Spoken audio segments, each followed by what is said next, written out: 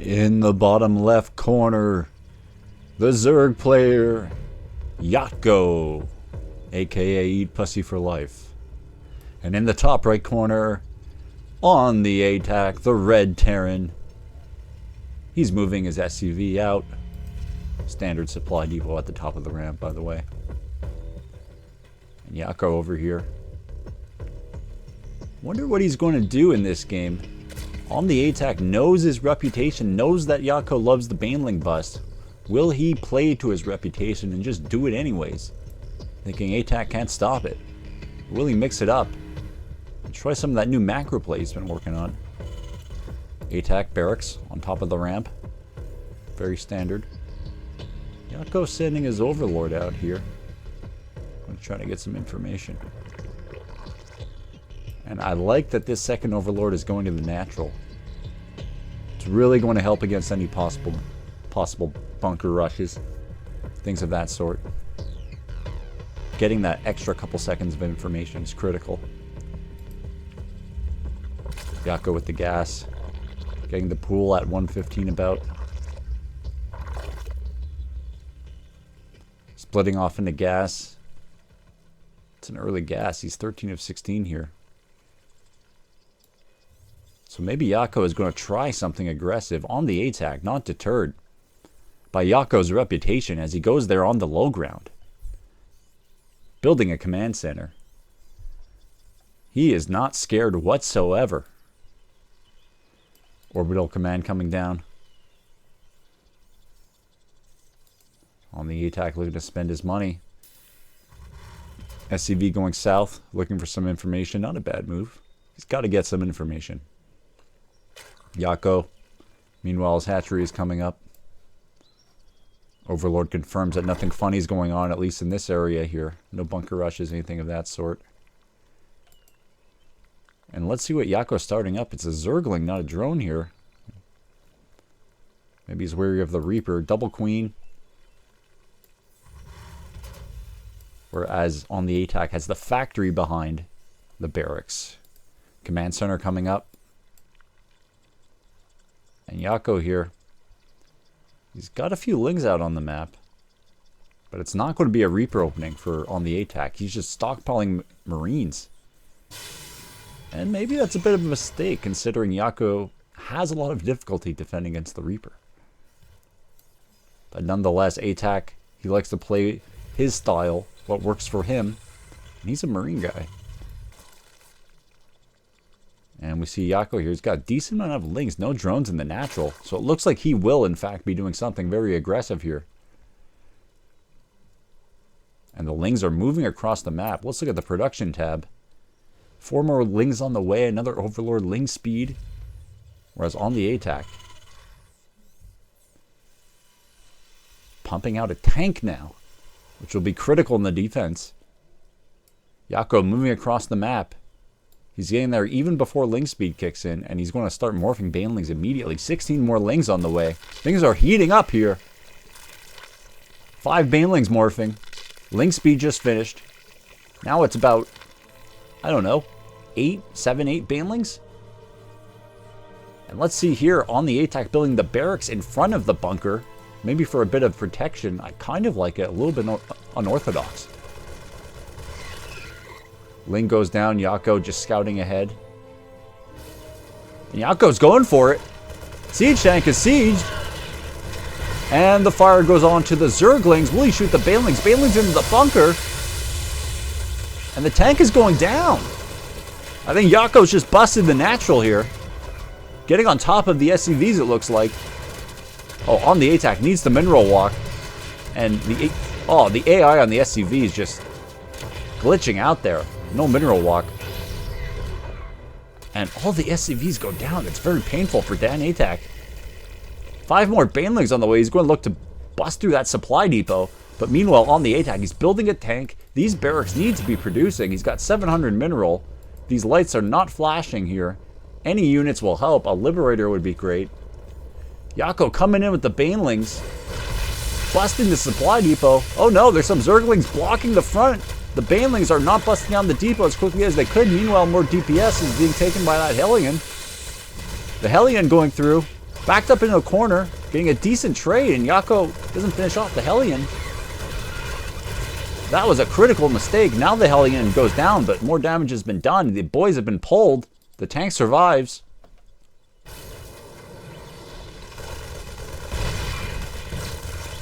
And the Marines, I think on the attack, has held this. The Marines coming out at the opportune time. And now let's see here. Jaco still on 2 bases. I mean, he's got to get a 3rd base going.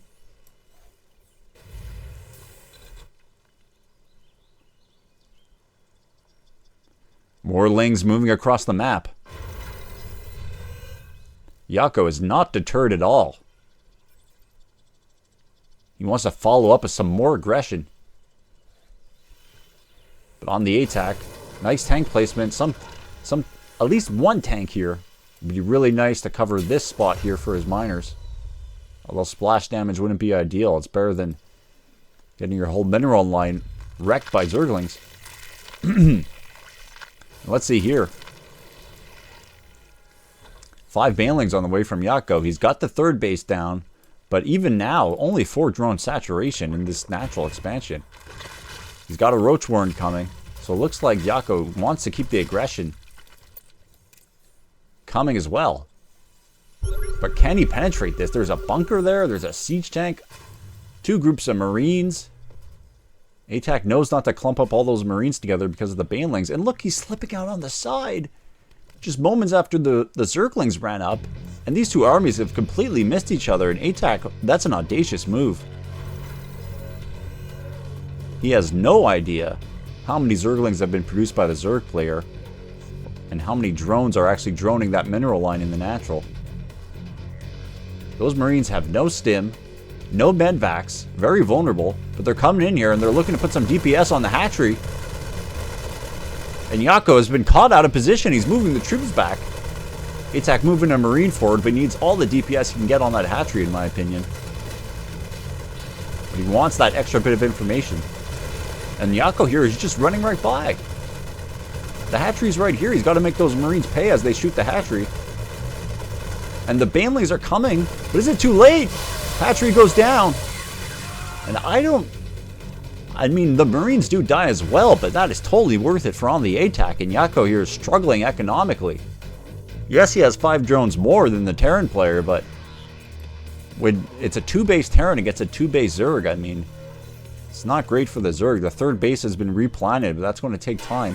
But on the attack, he could be spending his energy a little bit more muling and building SCVs for that natural expansion. There's the mule going down. A 3rd base would be good for on the attack too. It's 8 minutes into the game. Look at Jaco here. Moving across the map. We have a Banshee on the way for on the attack. That should help him defending against these roaches. Oh, Jaco reconsiders and does not attack.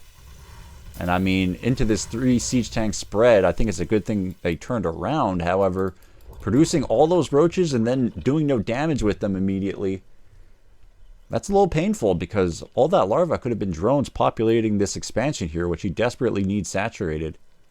And he needs that gas also on his expo, on his natural. We have a Hydro Den down. We have roach speed coming. Range 1 has been researched for Jaco. On the attack, putting a 2nd eBay down. But he should get upgrades as well. We see the Banshee coming.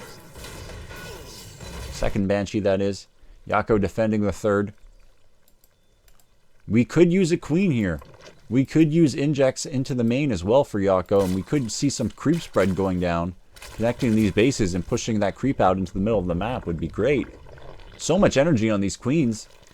And a Queen not being produced here.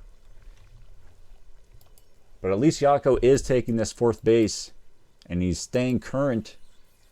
At least trying to. On the base count. The Overlord here. Just outside of the 3rd base for on the attack. On the attack, meanwhile, planning it right on the low ground just like he did with the natural. And he must be feeling confident after repelling Jaco's early attack. Marine here, running in, checking out the 4th base. Pretty good move. He's got to get the intel. And he knows Jaco does indeed have that 4th base down. And popping. Jaco going to clean up the Marine. He has 3 Ravagers. He's got a couple Hydras. He's got Banelings. Kind of a ragtag army here. It looks like Jaco wants to get a little bit frisky. The Ling's running forward. But this is a very hard terrain to penetrate here. Good tank positioning out on the ridge for on the attack. He's got his bio a little bit pre-spread, although not perfectly. And Jaco just running in, but I don't think he can break that. And Jaco wisely turns around. Meanwhile, the Banshees are going to town here. The Queen falls. And drones are falling too. The 2 Cloak Banshees, they're a little bit late in getting out and doing damage. And boy, are they now doing damage. They got to move them away from that Spore, though.